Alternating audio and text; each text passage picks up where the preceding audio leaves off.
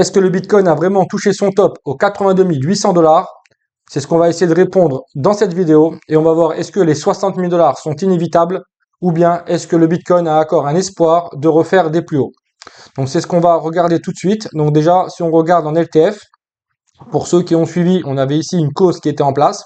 On attendait en fait un potentiel spring. Donc en fait, c'est une accumulation week-off en 3 temps, comme on avait eu ici. Et en fait, on attendait idéalement dans cette zone acheteuse un potentiel retournement.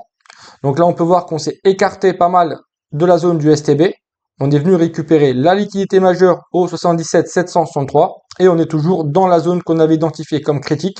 Pour ça qu'on avait mis ce logo alerte. Dans le FVG Daily bullish. Et tant que cette zone est maintenue, on a encore un espoir de pouvoir déjà faire des plus hauts et repasser sous les 82 800 $. Par contre, on peut voir autre chose. Donc la dynamique pour l'instant est toujours haussière sur le H4+. On peut voir qu'ici, les plus bas et les plus hauts sont de plus en plus hauts.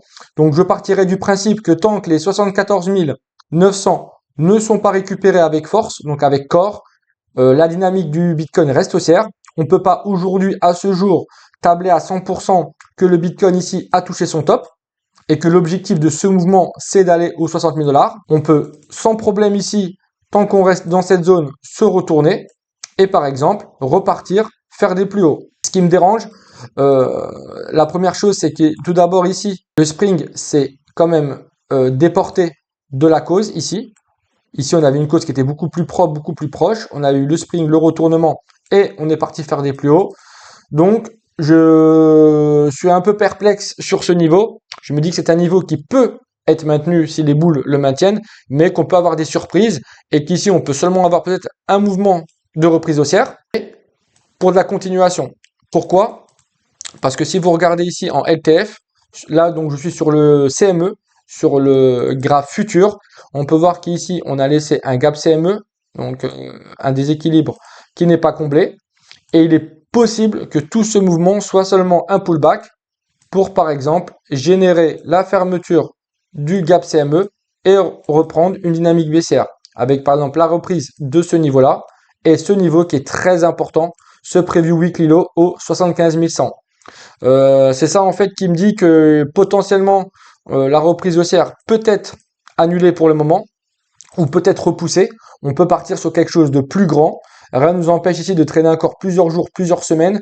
J'ai du mal à me dire que ce mouvement-ci va nous ramener directement aux 82 83 000 $, étant donné qu'ici on a une grosse barrière. Donc il va falloir déjà s'affranchir du gap CME et consolider au-dessus. Si jamais on monte, on arrive à s'affranchir et faire des plus hauts, dans ces cas-là, oui, on ira aux 83 000 $ et plus.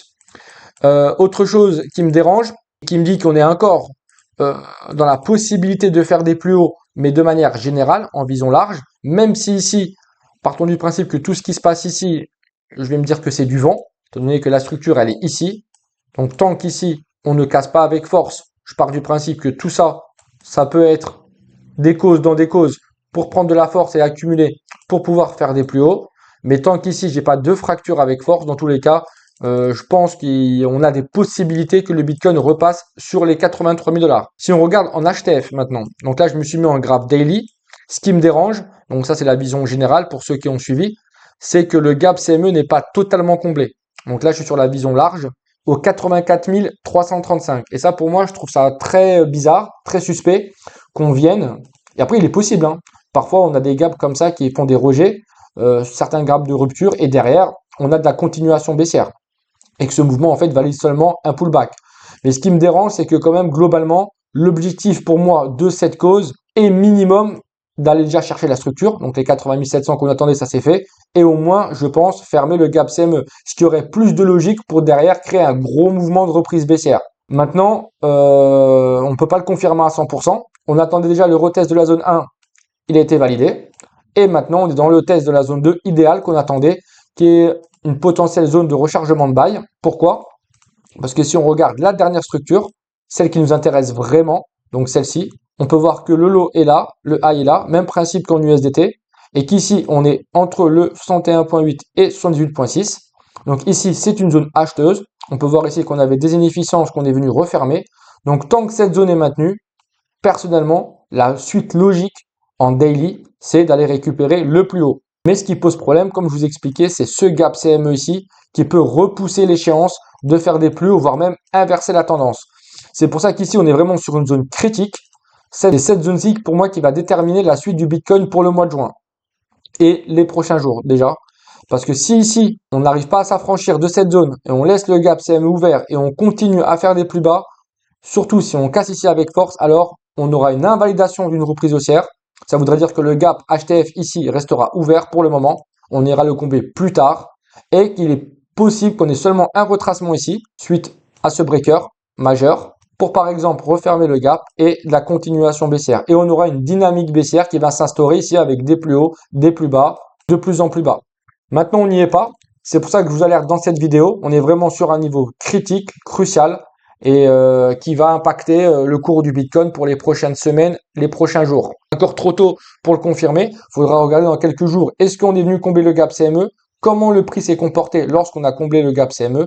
Et si jamais ce pullback, suite à ce breaker ici, nous ramène à de la continuation baissière, alors il y a de fortes probabilités que derrière, même si on a un retracement, il ne suffise pas pour faire des plus hauts, mais que potentiellement on pourrait target cette cible-là. Donc là, moi j'attends. Personnellement, je ne prends pas de position, ni de buy, ni de sell. On est vraiment dans une zone d'indécision. On est en plein centre. Donc là, pour l'instant, moi, je ne fais rien. Si jamais on va plus bas et on a une cause de retournement, je chercherai des buy setup pour pouvoir aller target, par exemple, cette zone. Par contre, si jamais on monte, on referme le gap CME et on s'affranchit de cette zone avec force, la zone des 79 000, 80 000 $, potentiellement, je chercherai, par exemple, si on fait ça, un mouvement de retest, je chercherai une entrée pour pouvoir chercher des plus hauts. Pour l'instant, honnêtement, ceux qui traitent, faites très attention. Là, pour moi, c'est un peu de la roulette, hein. On a autant de chances de descendre, autant de chances de monter. Donc, je pense qu'il faut le laisser le marché mûrir, le laisser avancer, nous montrer sa vraie direction. D'ailleurs, si on regarde aussi le pétrole, on peut voir qu'il risque d'avoir un impact sur le cours du Bitcoin et des marchés de manière générale. On a retest la zone le 30 avril. On a eu un rejet, mais pour l'instant, on voit que le marché repart à la chasse de cette zone-là. Et on a parti du principe que si cette zone, ici, on avait un rejet, on pouvait faire ça. Une potentielle correction en 3 temps avec une potentielle C pour revenir dans la zone de rechargement de buy, pouvoir faire des plus hauts. Si jamais cette zone est amenée à être retravaillée et on casse, dans ces cas-là, partez du principe que les marchés risquent de pricer sévèrement, que ce soit les indices ou le Bitcoin, sachant qu'on a déjà eu une hausse d'inflation dans les dernières données CPI, ce qui repousse la possibilité de la Fed de baisser les taux au mois de juin. Et ça, je pense que ça serait dramatique, parce que les probabilités sont même d'une hausse potentielle des taux en 2026. Et forcément, le prix risque de pricer. Donc, si en même temps le pétrole monte alors que l'inflation monte, on aura une accélération de l'inflation sur le T2, T3. Et forcément, ça risque de nous donner une accélération baissière. Et on pourra sûrement avoir notre gros setup weekly sur le Bitcoin. Là, si je regarde par exemple en weekly sur le Bitcoin, la dynamique reste baissière. On peut voir que la dernière structure baissière est ici. Ici, on a fait le lot des 60 000 au mois de février.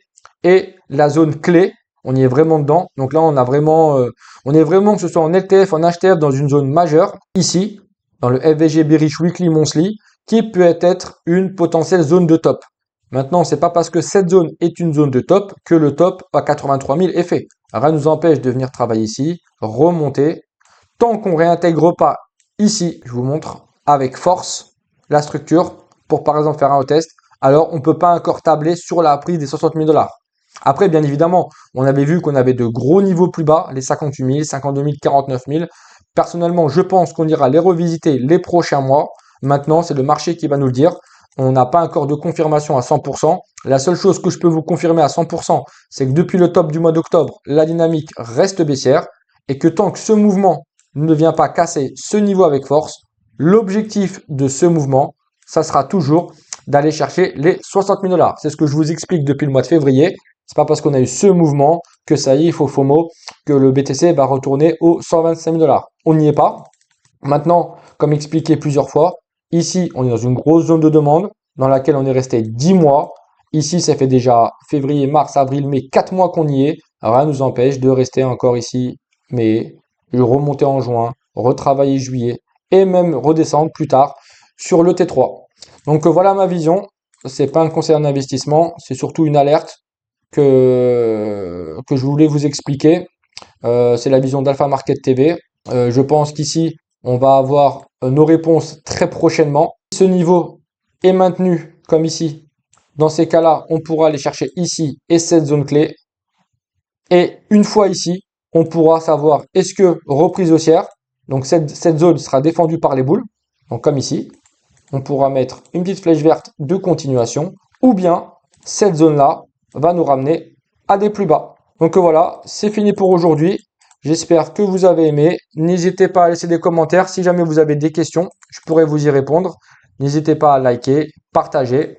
Et on se voit dans quelques jours pour la prochaine vidéo et on verra où en sera le Bitcoin. Bye bye.